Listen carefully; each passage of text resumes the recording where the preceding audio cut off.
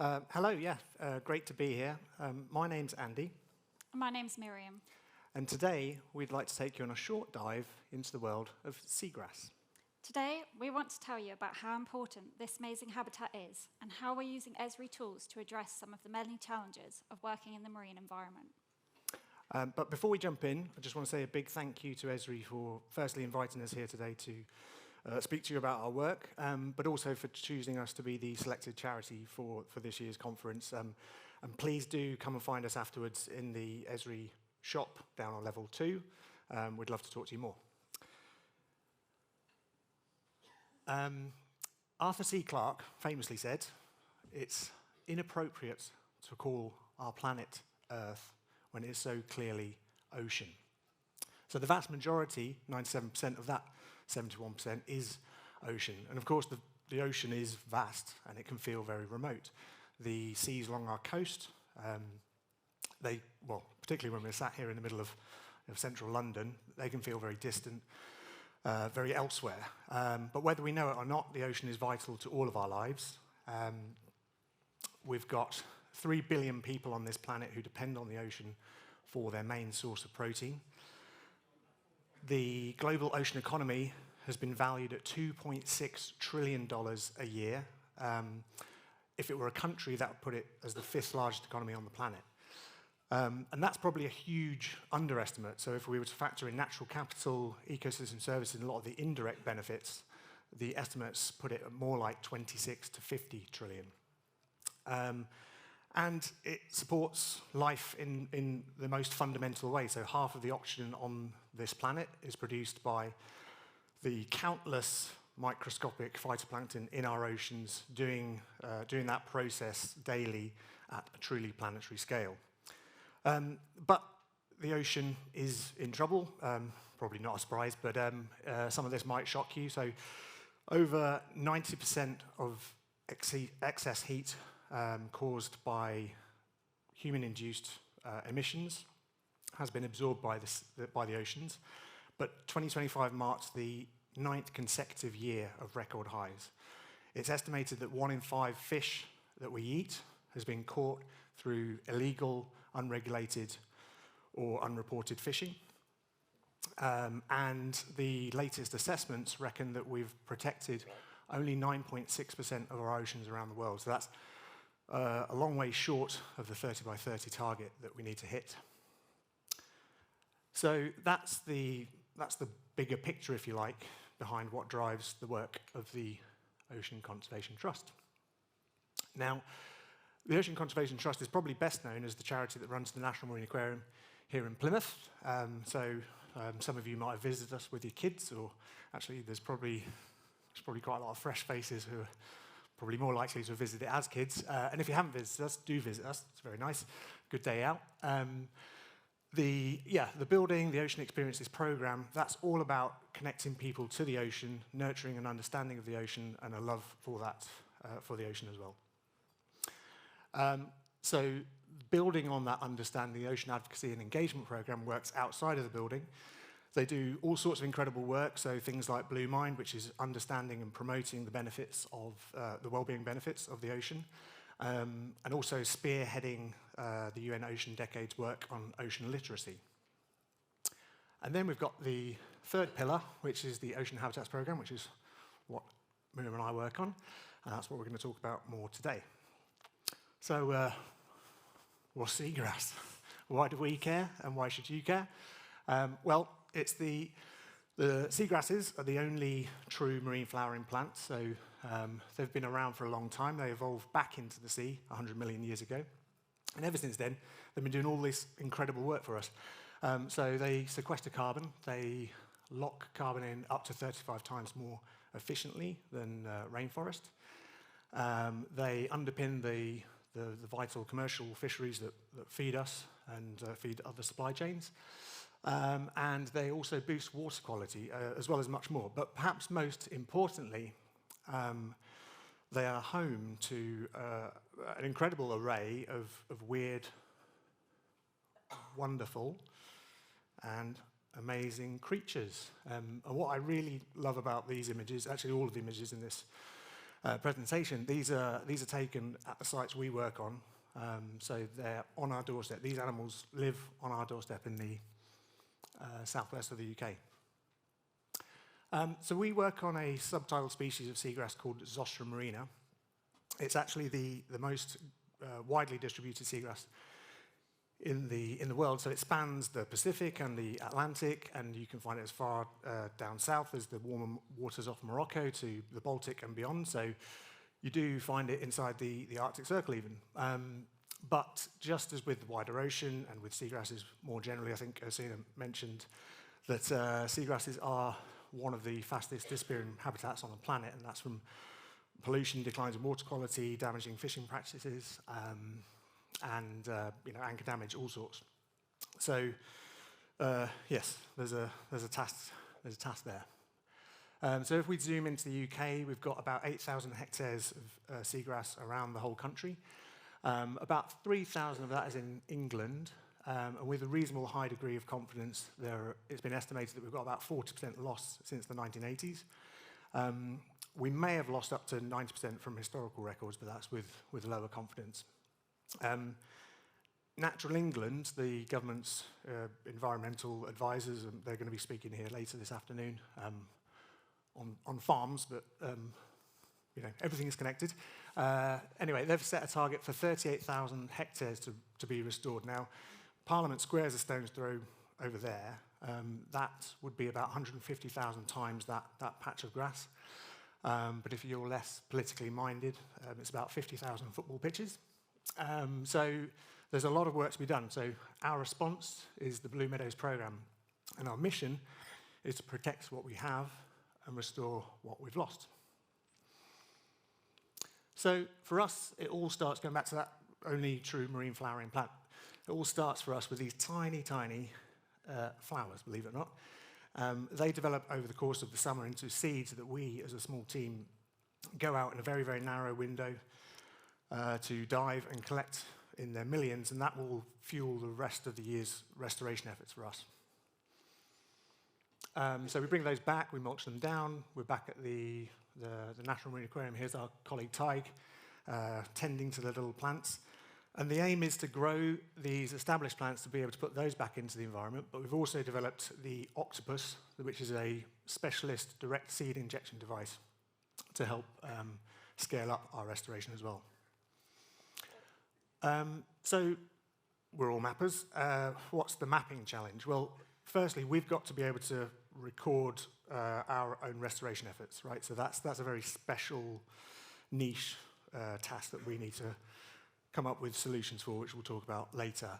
But also, existing beds are not nearly as well mapped as you'd think. So 2 of the largest beds in England were only discovered in the last 3-4 years.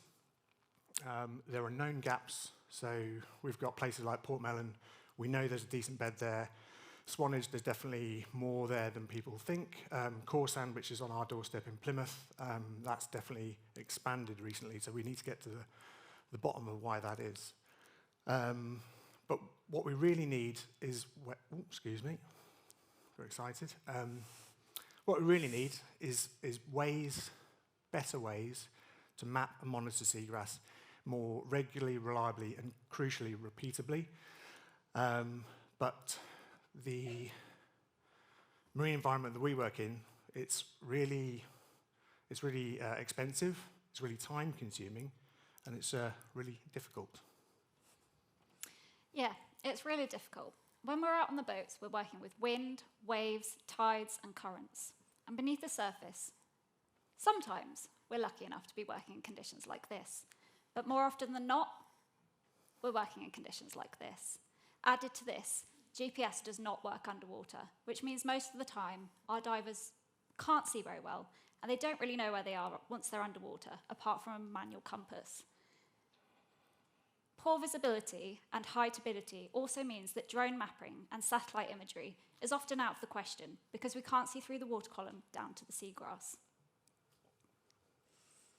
Another challenge that Andy and I face is that we are the GIS team, which means that we need to find ways to empower our colleagues who are not GIS specialists to be able to collect high-quality data quickly and easily.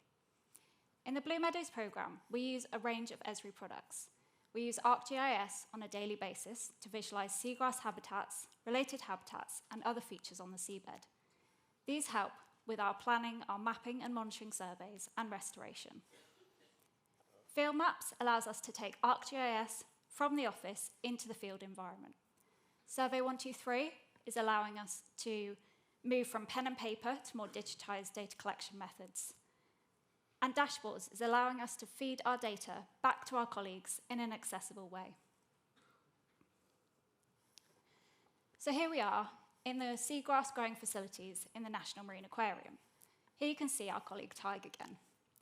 The seagrass aquaculture technicians take a sample of water from the tanks where we grow the seagrass. These samples are compared against different parameters, such as nitrate and phosphate, and a colour key card is used to get a reading. These readings are then fed into the Survey 123 tablet,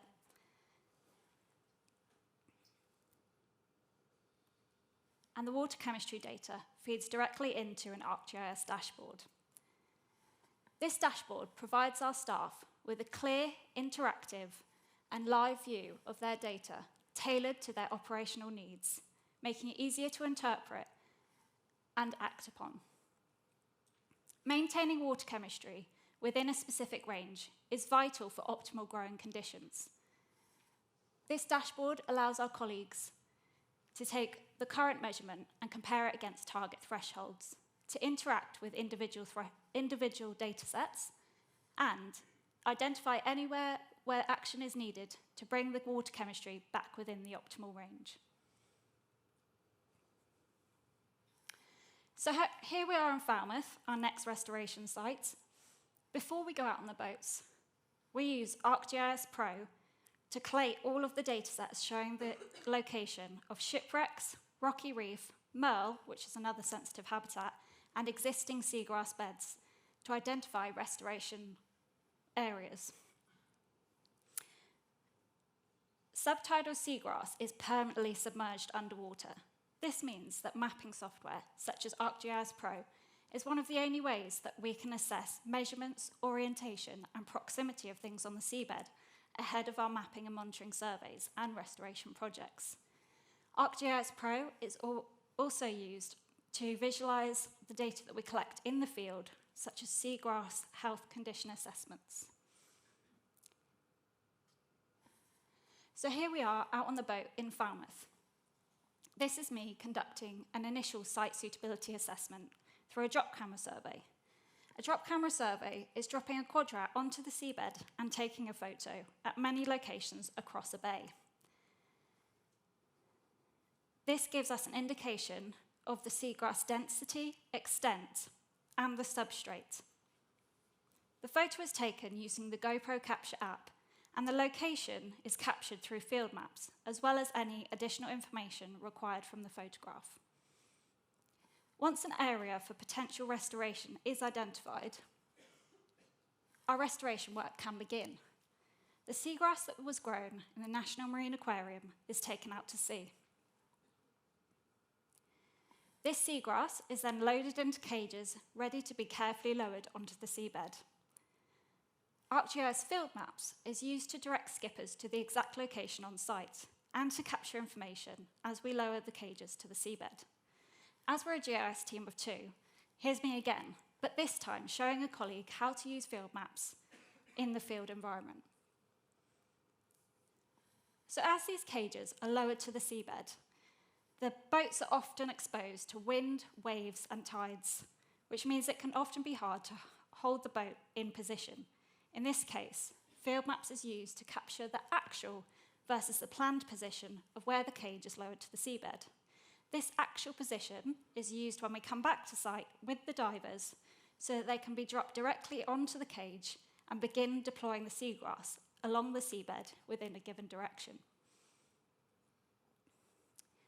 The risk of poor visibility in the UK means that precise positioning is all the more important. For when divers reach the seabed, there is often no features on the seabed for reference.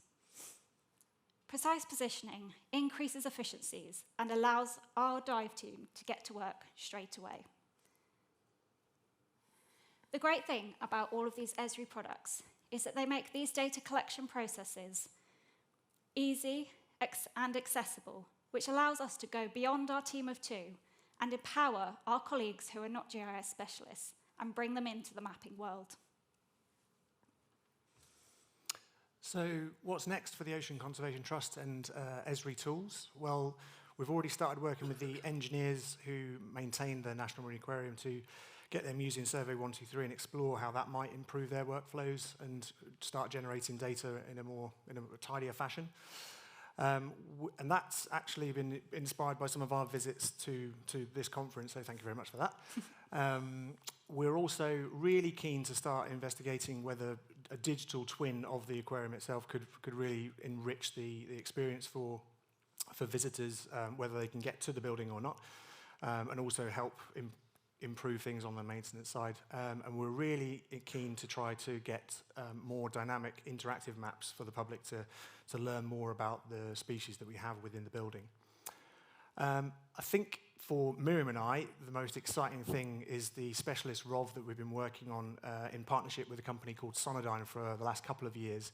So going back to those 3 R's I talked about earlier, the regular, reliable, and repeatable, this ROV has been specially designed to map seagrass, and particularly for our restoration efforts. So we're able to put that into the water with a pre-programmed flight pattern that it goes off and does, and it's very nice, and then come back, and we've got a really powerful data set then to be very, very accurate about what we can say about our restoration efforts, and crucially go back to exactly the same spot. As Miriam said, GPS doesn't work underwater, so this has got a very specialist bit of kit on board that allows us to be accurate to centimetre level.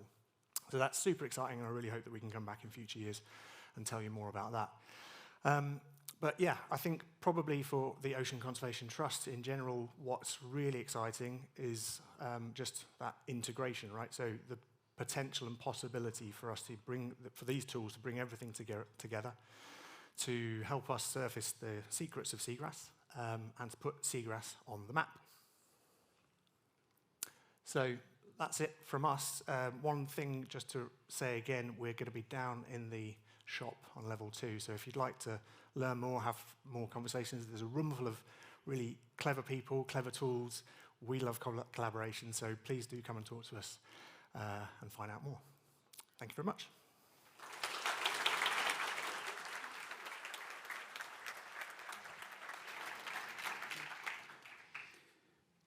Andy and Miriam, thank you very much for that really interesting presentation. Now, as we saw there, they use several pieces of ArcGIS technology for their work. However, today, James and I are going to focus on one particular ArcGIS Field Maps and help you take the plunge a little bit deeper. So, what is ArcGIS Field Maps?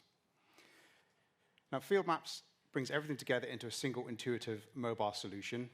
And what's important as well is you don't need to be a GIS specialist to use it.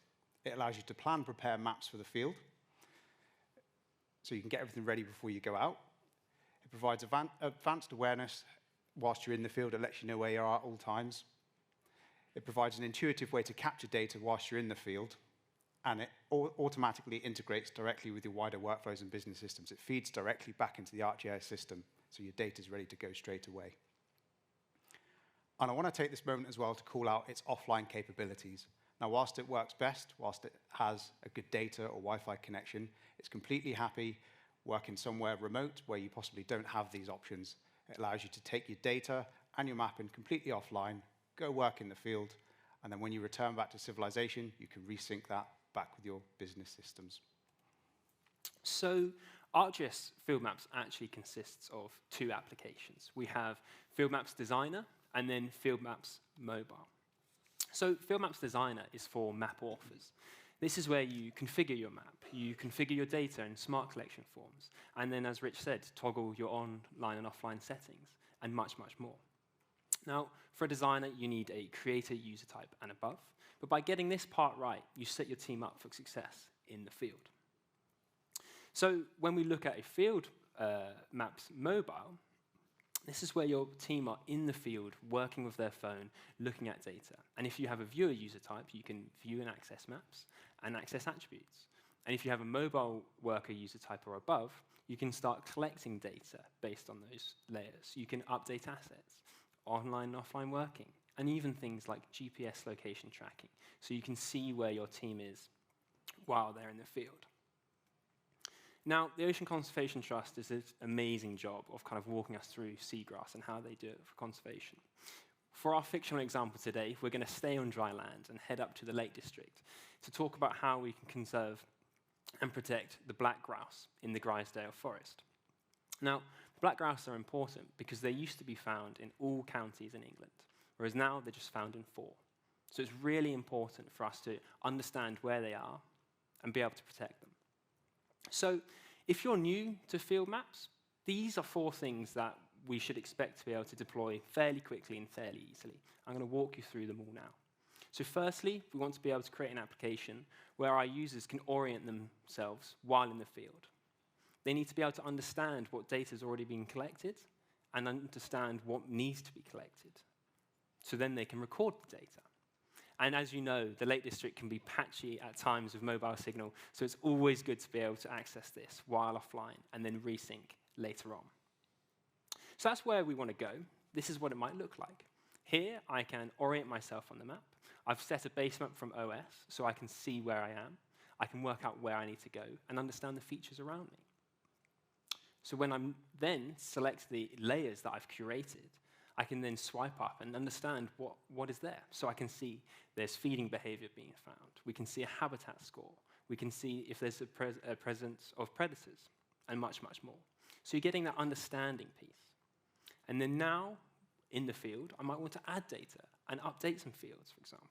And here, I'm zooming in and using just my fingers just to move around, add a data point. And then using smart data forms and using things like domains, our team can really easily and streamlined way collect this data and make sure there's no errors across different data collection types. So that's where we kind of want to get to. But if we take a step back and think about how we get there and kind of the general process, with ArcGIS, all of this kind of systems and ways of making applications fall into this bracket. Make a map, configure the app, and deploy. Now, for Designer, it's exactly the same. So we'll start in our map viewer, creating our map. We'll then head over to the Designer web app to configure everything like our offline capabilities. And then we'll deploy it into the mobile. And just to note, Field Maps Mobile is a little bit special. We can actually access any map from Map Viewer in Field Maps Mobile. All you have to do is make sure your settings are configured right. So if you need to, you can skip Designer. But like I say, to add those extra bits, use Designer. So without further ado, let's jump into the demo. So here I am in my ArcGIS Online account. And just to keep it simple today, I've got two core data types I want to work with. I want to have some site data. So here I have some polygon and point data, so we can see the dashed lines and these little bird icons here, just to highlight where our locations of interest are, and also where more specific areas of interest as well. And then I have black grouse sightings here. And this is the data points that we want our users to collect against and update continually. And then you'll notice I have OS Premium raster base maps in the background. So when our team are in the field, they can orient themselves easily. Now, I'm happy with everything. I've set my symbology. One last thing I need to check is my pop-up. And this is really important for Field Maps forms. So as you can see, I've ordered everything in a nice way, and I can understand everything easily. So I'm happy. I'm going to make sure I click Save. Just saving there. And next thing we need to do is head over to Designer. Now, a lot of the times when we're making applications, we'd head over to Create App. But for Designer, we actually head over to the waffle and select Designer. So if I go there, and then we're presented with the different maps we can choose. So I'm going to select Grisdale Forest. And as it's loading, you're instantly landed in the Forms field. So you can configure those forms really quickly and easily. But just to share, on the left-hand side here, we have our control panel. And this is where we can kind of look at an overview. We can configure things like geofences, our offline capabilities, and then different settings and sharing levels as well. But if I kind of bring it back into the form, on the right-hand side here, we have all of those data points from the pop-up, and I can just drag and drop them in. If I select one, we can then change the display name, the description, configure those domains I mentioned earlier. But there's a trick. We can actually click Convert Pop-up. So I click that. It then puts all of that information from our pop-up into a group in the same order. So we can really, really quickly start building this form out really simply and keep it consistent between our map applications. Now, one thing that can be a little bit tricky is knowing where to save, and that's just here. So make sure we click Save there. And that should save the form. There we go. Now, so we've configured the ability to orient, understand, record. Now we need to configure offline. So if I head over to offline,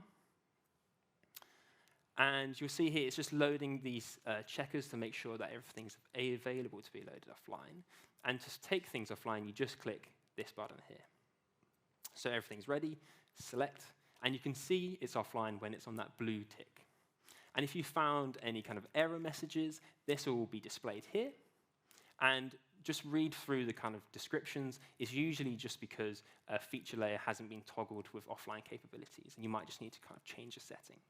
And we don't have enough time today, but I would really encourage you to have a look at the different features here. For example, configuring things like map areas and your tables and different base map caching as well. So just before I hand over to Rich, I want to highlight the ways we can share these maps. So like anything, we can kind of go to our sharing tab and set sharing levels. Now, this could be between just an owner, between the organization, publicly, or via groups, like any application.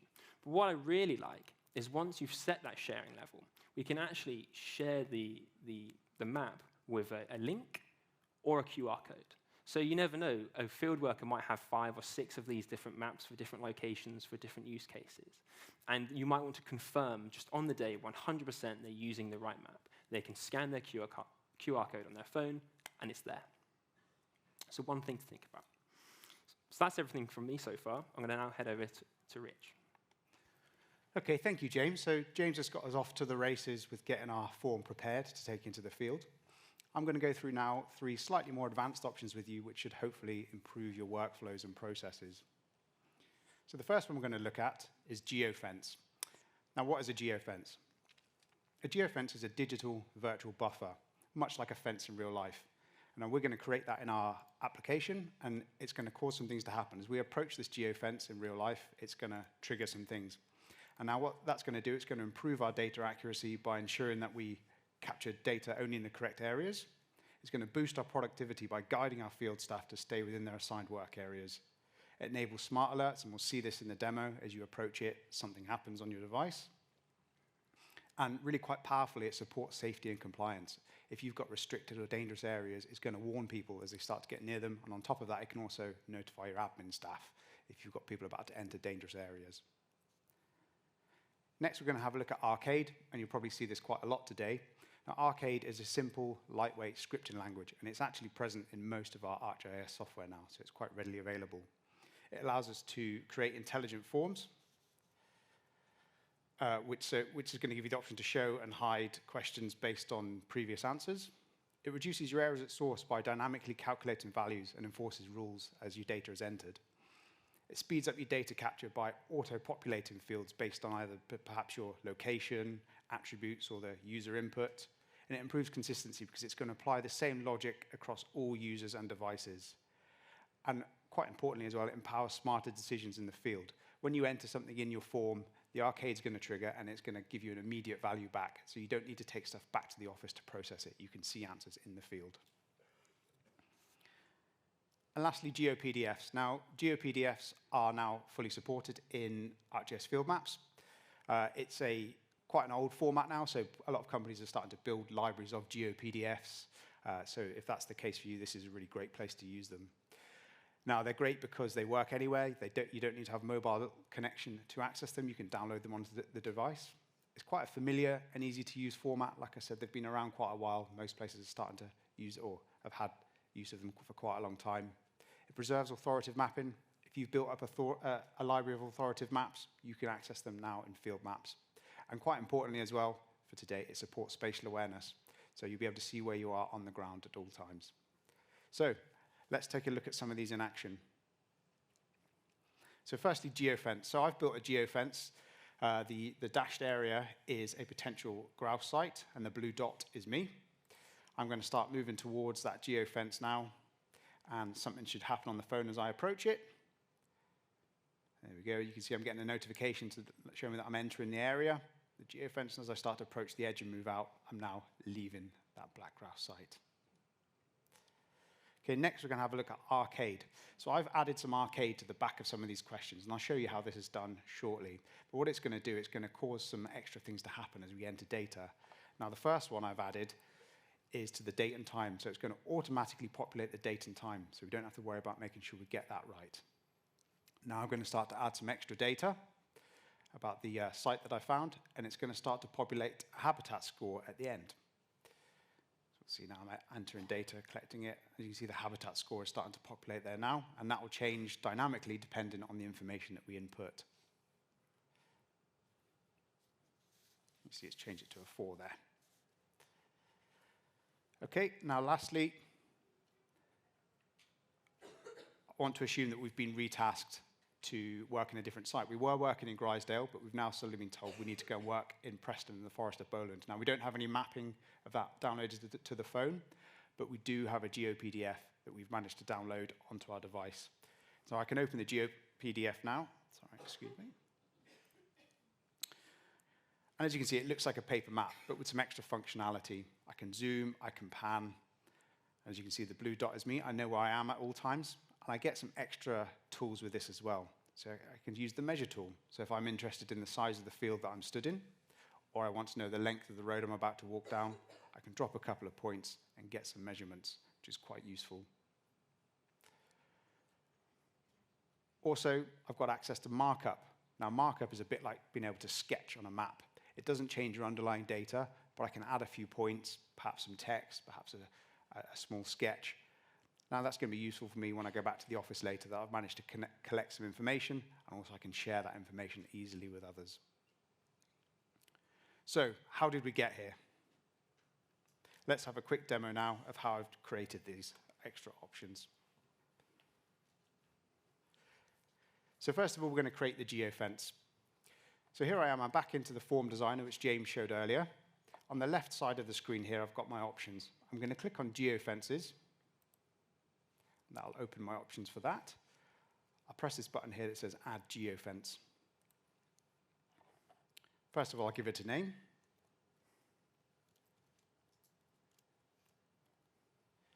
Then I'm going to choose the layer in which I want to be the actual geofence.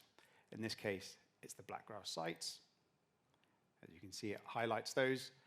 I'm going to choose the distance in which I want it to activate. In this case, 1 meter. So when we get within 1 meter of the geofence, it's going to cause our actions to happen. I'm going to tell it what I want it to do. So on entry, I want it to give me a notification. It says you are now entering a black grouse habitat. And on exit, similar. However, I'm going to change it to leaving.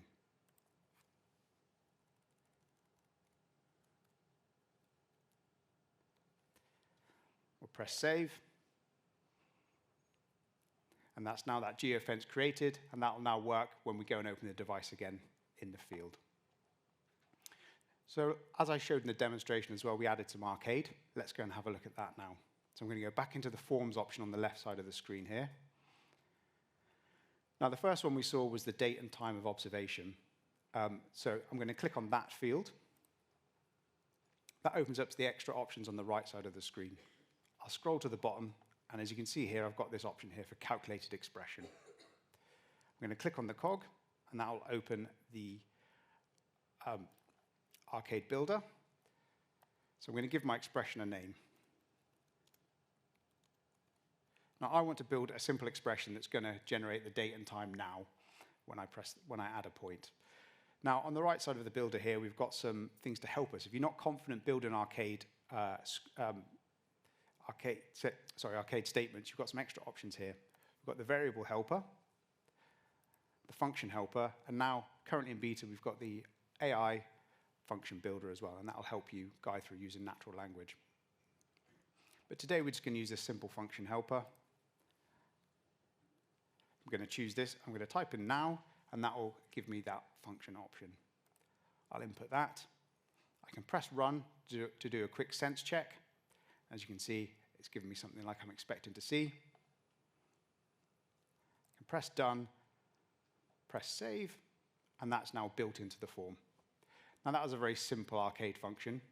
We're going to look at the habitat score, which is a little bit more complicated, but not a lot. So we're going to go to the same process as before. I'll choose habitat score at the bottom. Click on the cog on the right side of the screen. Now, in true Blue Peter fashion, I've pre-created this, but we'll go and have a look to go through the process again.